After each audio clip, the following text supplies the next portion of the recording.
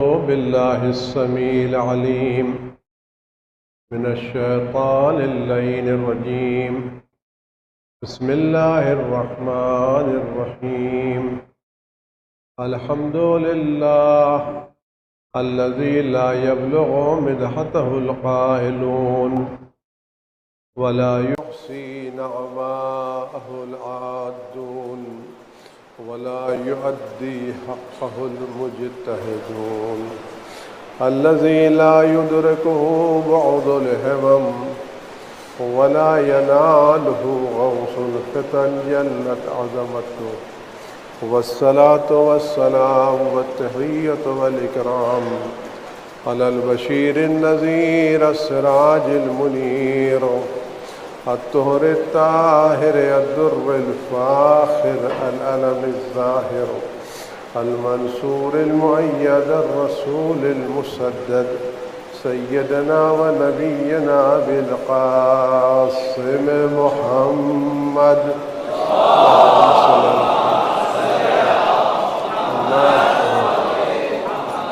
وآله الطيبين الطاهرين المعصومين المظلومين الذين أذهب الله عنهم الرجس وطهرهم تطهيرا.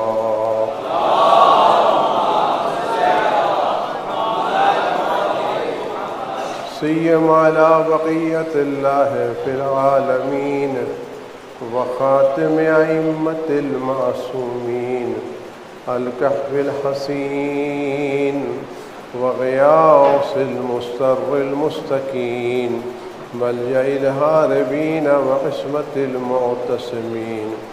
أرواحنا وأرواح العالمين لتراب مقدمه فداه. عجل الله تعالى فرجه الشريف واللعنة الدائمة الباقية على أعدائهم وقتلتهم وغاصب حقوقهم والشاكين فيهم والمنحرفين عنهم أجمعين. أما بعد يا عباد الله أوصيكم ونفسي بتقوى الله. ألا وإن الدنيا قد أدبرت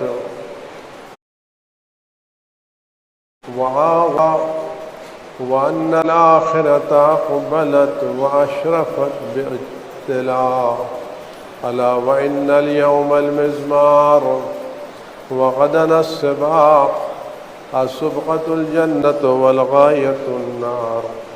أفلا طائب من خطيته قبل منيته العامل لنفسه قبل يوم بوسه. عزیزان گرامی، یہ دن عشرۂ کرامت کے نام سے مشہور ہے کہ اس میں پہلی تاریخ کو حضرت معصوم قم حضرت فاطمہ معصومہ قم صلوات اللہ السلام علیہ کا روز ولادت ہے، اور اس مہینے کی 11 تاریخ کو ان کے بھائی ہمارے 8ویں امام امام رؤوف و رحیم حضرت امام علی ابن موسیٰ رضا صلوات اللہ السلام علیہ کا روز ولادت ہے۔ ہمارے ائمہ معصومین علیہ السلام کی زندگیاں ہمارے لیے بہترین نمونۂ عمل ہے۔ اس سے بہتر نمونۂ عمل دنیا میں کسی کے پاس نہیں ہے، کیونکہ کسی کے پاس ہمارے جیسے امام موجود نہیں ہیں۔ ہمارے ائمہ معصومین صلوات اللہ السلام علیہم اجمعین نے زندگی کے مختلف حالات میں، مختلف سیاستوں میں، مختلف چیزوں میں زندگی گزاری، اور ہر ایک کے ساتھ زندگی گزاری، ظالم سے ظالم اور بدتر سے بدتر بادشاہوں کے ساتھ، حکمرانوں کے ساتھ، لوگوں کے ساتھ زندگی گزاری، لیکن ان تمام زندگیوں گزارنے میں ہمارے ائمہ معصومین صلوات اللہ السلام علیہم اجمعین نے کسی بھی منزل پر دین کا سودا نہیں کیا۔ سختیاں برداشت کیں، قید خانوں میں رہے، جیلوں میں گئے، گھروں میں قید کیے گئے، لیکن کبھی بھی انہوں نے ظالم کی حمایت نہیں کی اور کبھی بھی اپنے دین سے سمجھوتا نہیں کیا۔ یہ ایک بہت بڑا سبق ہے جو ہمیں آج کے حالات میں دیکھنا چاہیے۔ ذرا سا حالات بدل جاتے ہیں یا ذرا سی چیزیں بدل جاتی ہیں تو ہم اپنے دین کو، اپنے ایمان کو کنارے رکھ دیتے ہیں اور حالات سے سمجھوتا کر لیتے ہیں۔ ائمہ معصومین نے حالات سے سمجھوتا نہیں کیا، یعنی دین کا حالات سمجھوتا، دین کا کبھی سودا نہیں کیا، کبھی کسی کی بے جا تعریف نہیں کی۔ امام جعفر صادق علیہ الصلوۃ والسلام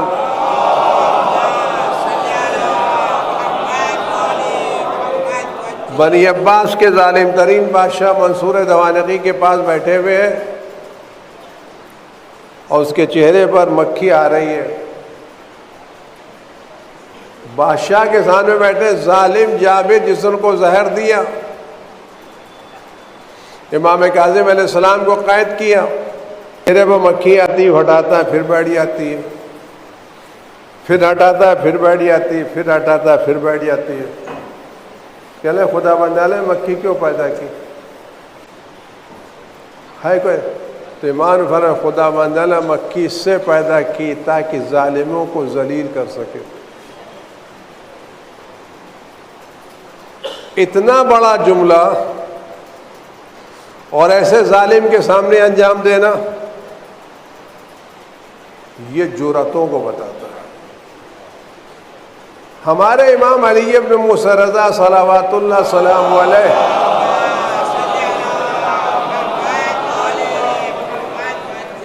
کی زندگی جن حالات میں گزری اور بنی امیہ نے بنی عباس ان کے ساتھ جو سلوک کیا، آپ غور کریں ان سلوک نے امام نے کس طرح سے امامت کی حفاظت کی اور کس طرح سے امامت کے درجے کو واضح کیا۔ آپ کے ذہن میں یہ بات ہونا چاہیے ائمہ معصومین علیہ السلام پر پہرے لگے ہوئے تھے اور ان کو زبان و بیان کی آزادی نہیں تھی۔ ایک ایک جملے تھے جو پہنچائے جاتے تھے، شکایت کرنے والے شکایت کرتے تھے، لیکن ان کے باوجود امام نے دین کے بارے میں کوئی سودا نہیں کیا۔ اصل چیز ہمارے پاس جو بڑا سرمایہ ہے وہ سرمایہ دین کا ہے۔ دین سے بڑا کوئی سرمایہ ہمارے پاس نہیں ہے۔ دولت جا سکتی ہے، حکومت جا سکتی ہے، اس کی وجہ یہ ہے ہم لکھپتی ہو یا فقیر، ہم کروڑپتی ہو یا ہمارے پاس کوڑی نہ ہو، ہم پوری مملکت کے مالک ہو یا ایک بالش کے بھی مالک نہ ہو، ہم جب دنیا سے جائیں گے نہ دولت لے کے جائیں گے نہ حکومت لے کے جائیں گے۔ جب دنیا سے جائیں گے تو اپنا دین لے کر کے جائیں گے، اپنا ایمان لے کر کے جائیں گے، کروڑوں کی اربوں کی دولت چھوڑ کے جائیں گے، دنیا کی بادشاہ شہنشاہیت چھوڑ کے جائیں گے، منصب کرسی عہدہ چھوڑ کے جائیں گے، لیکن اپنا دین ساتھ لے کے جائیں گے۔ یہ جو دین ساتھ لے کے جائیں گے، اگر ہم صحیح دین لے کے گئے تو کیا کہنا، پھر جنت ہے، نعمتیں ہیں، نعیم ہے، فردوس ہے، آسانیاں ہی آسانیاں ہیں۔ اور اگر ہم الٹا سیدھا آڑا ترچھا دین لے کے گئے تو بھی سختیاں ہیں، مصیبتیں ہیں، فشار قبر ہے، عذاب ہے۔ تو دین سب سے بڑی چیز ہے کہ دین سے سودا مت کرنا۔ کیا جھوٹ بولنے کی بات ہے، کسی کی جان بچانا ہے تو جھوٹ بول دینا، لیکن دین پر حرف آئے اور تمہارا دین جا رہا ہو تو اپنے دین کی حفاظت کرنا۔ ہمارے ائمہ معصومین نے دین کی حفاظت کی ہے۔ بنی عباس کو اس بات کا احساس تھا کہ خلافت رسول اللہ صلی اللہ علیہ وسلم کے اصلی حقدار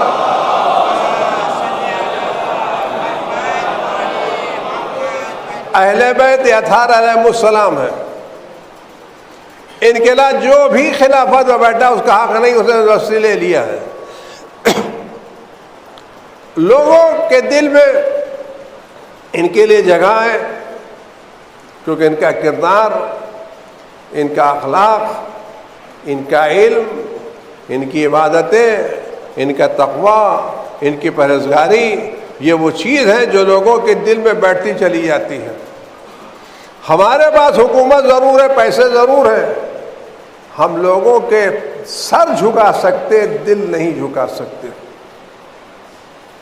ہم سروں پر حکومت کر سکتے ہیں، ہم دلوں پر حکومت نہیں کر سکتے۔ دل و حکومت اہل بیت کی ہے، اور اہل بیت ہی دل و حکومت۔ تو کیا کیا جائے؟ مامون نے حالات کے اعتبار سے تخت خلافت بغداد سے افغانستان کے بعد جو جگہ تھی وہاں منتقل کر دیا تھا، بہت دور تھا ہرات دنیا سے۔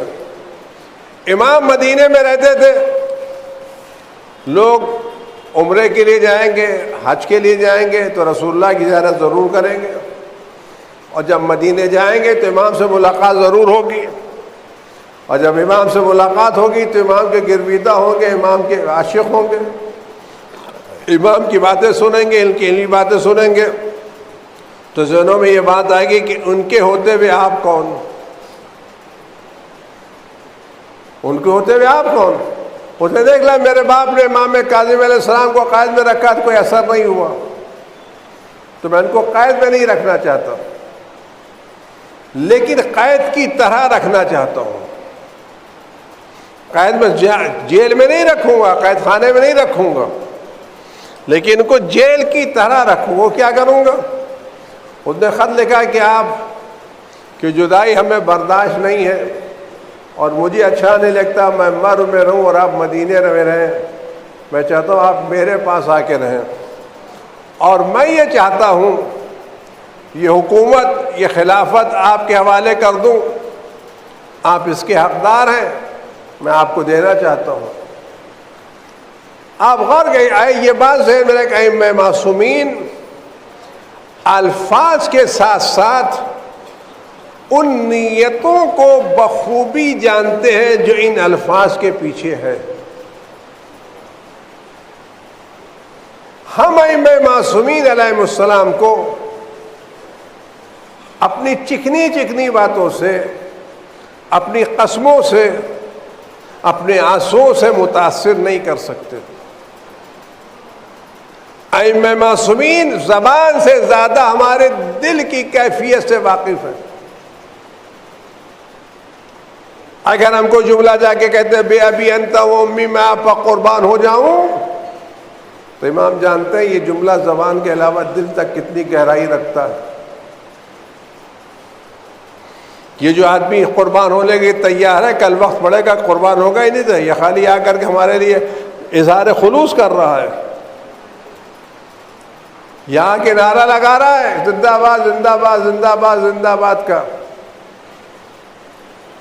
اور تھوڑی دیر بعد یہ باہر جائے گا، اس کو پیسے ملے گا، مرد آباد مرد آباد مرد آباد کا نعرہ لگائے گا۔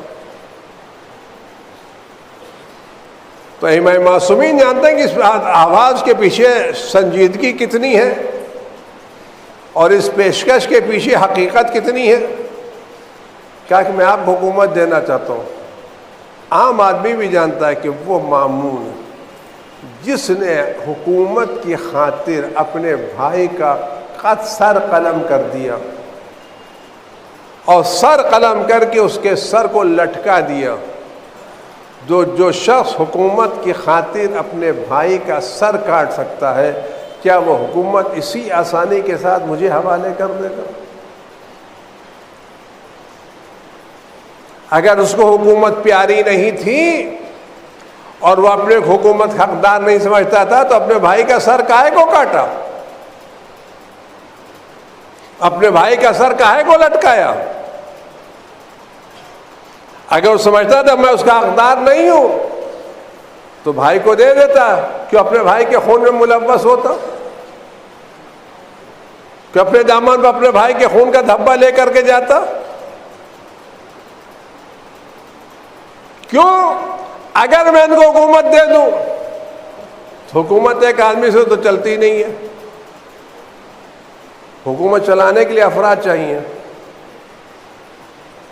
لوگ چاہیے تو حکومت ہے، حکومت ایک آدمی چلے گی۔ امام ایک جگہ رہے گی، اس شہر میں اس شہر میں یہاں جا کے وہاں جا کے کچھ نہ کچھ نمائندے معین کریں گے۔ تو اگر میں نے حکومت امام نے قبول کر لی حکومت، تو پھر میں بقیہ شہروں میں جا کر کے فساد برپا کروں گا، ناامنی پیدا کروں گا، اور ناامنی پیدا کرنے کے بعد لوگوں کو ثابت کروں گا، دیکھو امام کو حکومت دی لیکن امام حکومت چلا نہیں سکے، مجھے مجبوراً ان سے حکومت واپس لینا پڑی۔ اچھا، مسئلہ مشکل کیا ہے؟ مسئلہ دین کا ہے۔ جن کے پاس دین نہیں وہ کچھ بھی کر سکتے، شبہ کی بنیاد کے اوپر، شکایت کی بنیاد پر کسی کو سزا دے دیں، کسی کو جیل میں ڈال دیں، کچھ کر سکتے ہیں، لیکن جس کے پاس دین ہے نا، وہ بغیر جرم کے سزا نہیں دے سکتا۔ مولا کو معلوم تھا ابن ملجم مجھے قتل کرے گا، لیکن مولا قتل سے پہلے اس کو سزا کیسے دیتے؟ تو فسادات برپا ہوتے۔ تو بقیہ جو ظالم ہے، کسی کو شبہ کی بنا پر، کسی کی مخالفت کی بنا پر، کسی کی شکایت کی بنیاد پر کسی کو قید کر دیا، کسی کو جیل میں ڈال دیا، کسی کو یہ کر دیا، کسی کو وہ کر دیا، لیکن جس کے پاس دین ہے وہ تو کام نہیں کر سکتا نا۔ اس کو دین بے دینی کے کام کرنے کی اجازت نہیں دے گا، وہ فساد نہیں پھیلائے گا، وہ کسی کو بلا ولا چڑھائے گا نہیں کہ پیچھے جا کے سازش کرے اور سامنے آ کر کے اچھے بن جائیں۔ ہم آپ کے مخلص ہیں، آپ کے چاہنے والے ہیں، روپیز ریسیوڈ آن بھارت پے، تیار ہیں، لیکن پیچھے سے ہم گئے تو تھے کہ کیا ہم بیوقوف بنا کے چلے آئے۔ ہمیں کرنا پڑتا ہے دنیا کی خاطر یہ سب چیزیں۔ اب وہ کرسی میں بیٹھے ہوئے تو میں تو سلام تو کرنا ہی پڑے گا، میں پسند کروں نہ پسند کروں۔ تو یہ دنیا کی سیاست چلتا، دین کی سیاست سے کام نہیں چلتا۔ تو کہا کہ میں قبول نہیں کروں گا، کہ اگر آپ قبول نہیں کریں گے تو آپ کو پھر ولی عہدی قبول کرنا پڑے گی، حکومت کا عہدہ قبول کرنا پڑے گا۔ اور ہماری کیا روایتوں میں ظالم حکومت کا عہدہ قبول کرنا گناہ ہے، مگر یہ آدمی اس عہدے پر بیٹھ کر کسی مومن کی مدد کر سکے، کسی مسلمان کا حق دلا سکے۔ خالی عہدے کی خاطر کام کرنا ہمارے لیے صحیح نہیں ہے کہ آپ کو اگر خلافت قبول نہیں ہے تو آپ کو ولی عہدی قبول کرنا پڑے گی، اور دو چارہ یا قبول کر لیے یا قتل ہو جائیے، دو مسئلے، یا قبول کیجئے یا قتل ہو جائیے، ہم آپ کو چھوڑیں گے نہیں۔ تو امام نے کہا میں قبول کروں گا ایک شرط پر۔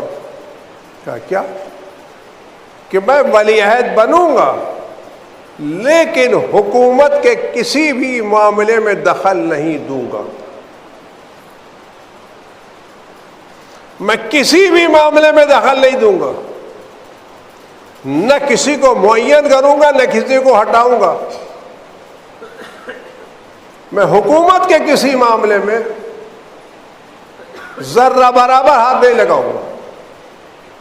آپ غور کریں یہ کون سی ولایت عہدی ہے کہ آدمی قبول بھی کرے میں کروں گا لیکن کسی کام میں دخالت، یعنی بتائیے یہ صرف وہ ہے ایک کاغذ کی چیز، حقیقت میں ولی عہد نہیں ہوں۔ اور یہ اس لیے کہ تاکہ مومنین کی جانیں بچ جائیں، مسلمانوں کا خون بہنے سے بچ جائے۔ امام نے قبول کیا لیکن یہ بتا دیا دیکھو میرا قبول کرنا مامون کے کام کو یس کرنا نہیں ہے. اگر میں مامون کے کام سے متفق ہوتا تو میں حکومت تسلیم کرنے کے ساتھ اس کام میں دخیل بھی ہوتا. میں آ رہا ہوں بیٹھ جاؤں گا, بازار دربار میں آ جاؤں گا, لیکن کسی کام میں دخالت نہیں کروں گا. مامون نے سوچا تھا کہنے کے بعد بھی اس کا کام آگے بڑھ جائے گا, اور وہ یہ بتانا چاہتا تھا کہ آل محمد جو دنیا سے کنارہ کشی کے اعلان کرتے ہیں کہ ہم کو دنیا نہیں چاہیے, دنیا نہیں چاہیے, دنیا نہیں چاہیے, ہم سوکھی روٹی پر زندگی بسر کر لیں گے, یہ سب ڈھونگ ہے. جب ان کو حکومت دی جاتی ہے تو آسانی سے قبول کر لیتے ہیں. امام نہیں تھے, ایمان کرنا ہی, میں جیسے جہاں رہتا ہوں ویسے ہی رہوں گا, میں تمہارے امور میں کسی طرح کی دخالت نہیں کروں گا. اگر آج ہم کہیں ہیں تو ہمیں لشکر کی سیاہی نہیں ہونا چاہیے. ہمیں بلا وجہ کسی کے پیچھے دوڑ کر کے نعرے نہیں لگانا چاہیے.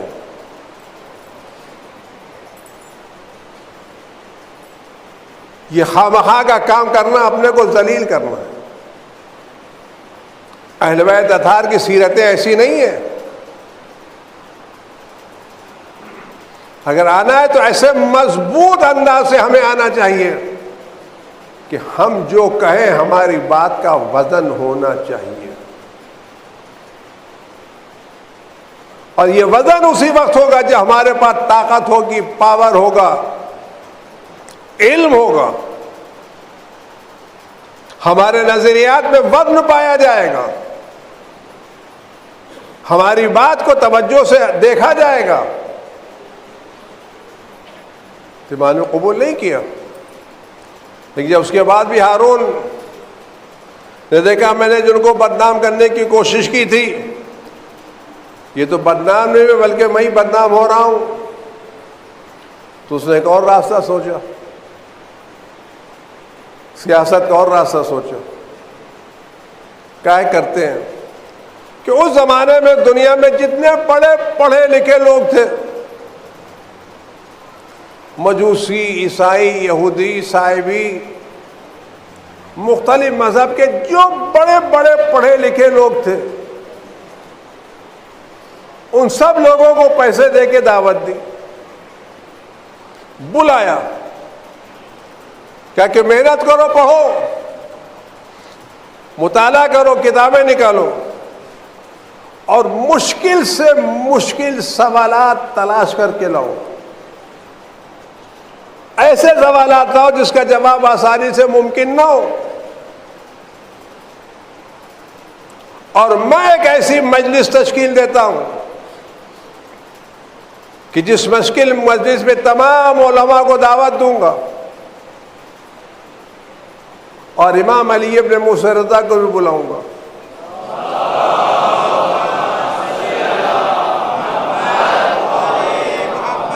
آپ غور سے سنیں گے, دیکھیں گے.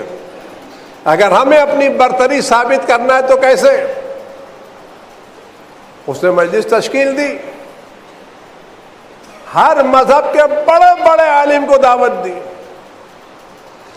پیسے دیے, وعدے دیے کہ اگر تم ایسا سوال کرو جو امام جواب نہ دے پائے تم کو یہ دیں گے, تم کو وہ دیں گے, یہ منصب, وہ پیسہ, وہ جائیداد, وہ زمین. سب ایک ایسا سوال پوچھ لو جس سوال کا جواب علی ابن موسیٰ رضا کو نہ آتا ہو. لوگوں نے بڑی محنتیں کی, راتوں پر جا کے, دن پر جا کے کتاب میں پڑھی, مشورہ کیا, یہ نکالا, وہ نکالا, وہ نکالا. مجلس تشکیل دی گئی. مامون نے امام کو خط لکھا کہ ہمیں آج ہماری کیا دعوت ہے, اور مختلف مذہب کے بڑے بڑے علماء شریک ہو رہے ہیں, اگر آپ تشریف لائیں تو ہماری دعوت میں عزت ہوگی, ہماری عزت میں اضافہ ہوگا, ہمارے وقار میں اضافہ ہوگا, اور ہم بھی چاہتے ہیں کہ آپ بھی اس مجلس علمی میں شریک ہوں, اور آپ کا ہو تو ہم چاہتے ہیں آپ آ جائیں. اب آپ غور کریں, اگر امام نہیں جائیں تو کیا کہیں گے؟ ڈر گئے. ان کو پتا تھا کوئی سوال پوچھا جائے گا تو بہانہ بنا دیا بیماری کا. تو اہل بیت اس طرح کے الزامات قبول کرنے کے تیار نہیں ہے. ہم برتری دکھائیں گے.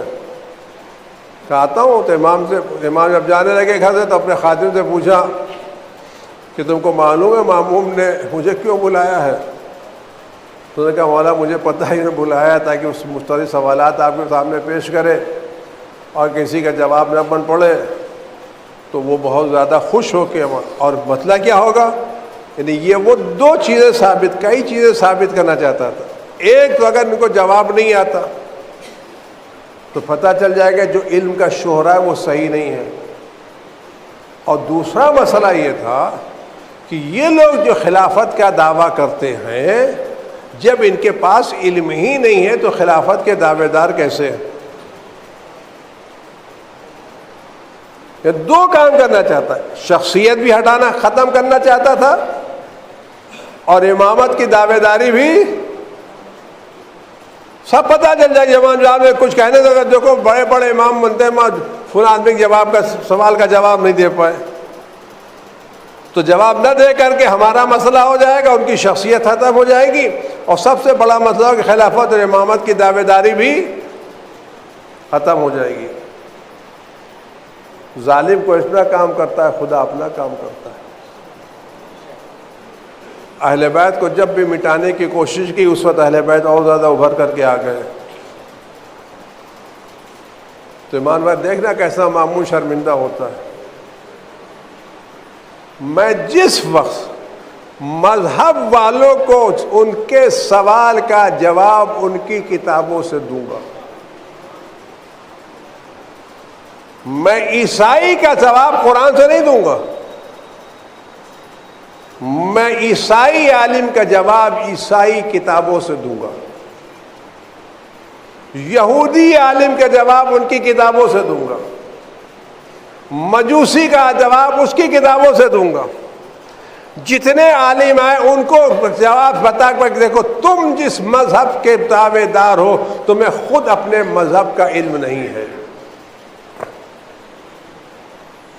میں جواب ان کی کتابوں سے دوں گا. اور یہ ہوا جب مجلس تشکیل ہوئی اور سب نے اپنے اپنے سوالات شروع کیے, امام نے سب کی کتابوں سے جواب دینا شروع کیا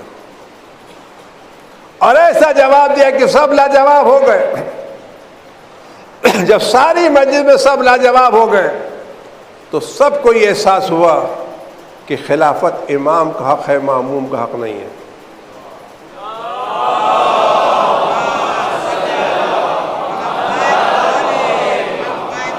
اس سے پتہ چلتا اگر ہمیں اپنی جگہ بنانی ہے تو سفارشوں سے نہیں,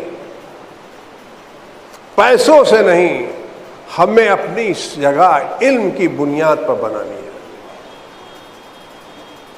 اگر ہمارا بچہ کسی مسئلے میں انٹرویو میں جائیں تو نہ سفارش تلاش کرے, نہ زور تلاش کرے, نہ رشوت تلاش کرے, اتنا زیادہ علم کے میدان میں آگے ہو کہ تعصب ترین شخص بھی, متعصب ترین شخص بھی اپنے بے پناہ تعصب کے باوجود ہمارے بچے کو قبول کرنے کے لیے تیار ہو کہ میرے پاس اس کے ریجیکٹ کرنے کی کوئی دلیل نہیں. یہ سبق ہے جو ہمیں امام کی زندگی سے لینا چاہیے کہ علم کے میدان میں اتنے آگے بڑھو کہ کوئی بھی تمہارا مقابلہ نہ کر سکے, اور اتنی محنت کرو کہ لوگ تمہاری صلاحیتوں کا کلمہ خود پڑھنے لگے. امام نے کام کیا جس کے پھر جب اس کو ذلت نصیب ہوئی تو کہا عید آ رہی ہے, آپ نماز پڑھا دیجیے. کہ مجھے معاف رکھا جائے نماز پڑھانے سے. کہ پڑھا دی, کہ میں پڑھاؤں گا تو استاد پڑھو جیسے رسول اللہ پڑھاتے تھے, میں تمہارے طریقے سے نہیں پڑھاؤں گا نماز. اس کا مطلب جو نمازیں ہوتی تھی وہ کسی اور طریقے. امام جب گھر سے نکلے تو برہنہ پا نکلے, تسبیح کرتے ہوئے نکلے, اور مامون نے سب لوگوں کو بھیج دیا تھا، عسکر لشکر فوج پولیس سب لگے ہوئے تھے، لیکن اب امام گھر سے نکلے پرہنہ پیر تھے اور اس کے بعد جو کپڑے پہنے ہوئے تھے، گھر سے نکلے تو تسبیح کرتے ہوئے تکبیر کہتے ہوئے نکلے۔ اب جو امام گھر سے تکبیر کرتے ہوئے نکلے، ان کے سامنے آگے لوگوں نے سواری کرنی، سواری پر نہیں، مجھے مسجد جانا ہے تو میں پیدل جاؤں، یا رسول اللہ جاتے تھے تو پیدل چلے۔ جب امام تکبیر کہنا شروع کی تو ایک نے کہی، دو نے کہی، چار نے کہی، زمین تکبیر کہہ رہی تھی، آسمان تکبیر کہہ رہا تھا، درخت تکبیر کہہ رہے تھے، ذرات تکبیر کہہ رہے تھے، دیواریں تکبیر کہہ رہی تھی، جیسے گزر رہے تھے تکبیر تکبیر تکبیر۔ وہ پولیس والے، وہ افسر جو جوتے پہن کر کے آئے تھے، ان کو فیتہ کھولنے میں دیر لگی، ان چاقو نکال کے جلدی جلدی اپنے جوتے کے فیتے کاٹے، وہ بھی پیدل ہو کے چلنے لگے امام کے ساتھ۔ اور جیسے جیسے امام آگے بڑھتے چلے جا رہے تھے ویسے تکبیر کی سطح بڑھتی جا رہی، پوری کائنات امام کے ساتھ تکبیر کہہ رہی تھی۔ کسی نے مامون سے جا کے کہا کہ مامون، اگر اس طرح سے تکبیر کہتے امام رضا مصلی تک پہنچ گئے تو تمہاری حکومت کی خیر نہیں ہے۔ جلدی بنا کہا آپ واپس جائے، میں نے زحمت دی۔ یعنی امام اگر کسی چیز کو باطل کرنا چاہیں تو ایک دو رکعت نماز سے امام ساری خلافتوں کو باطل کر سکتے ہیں۔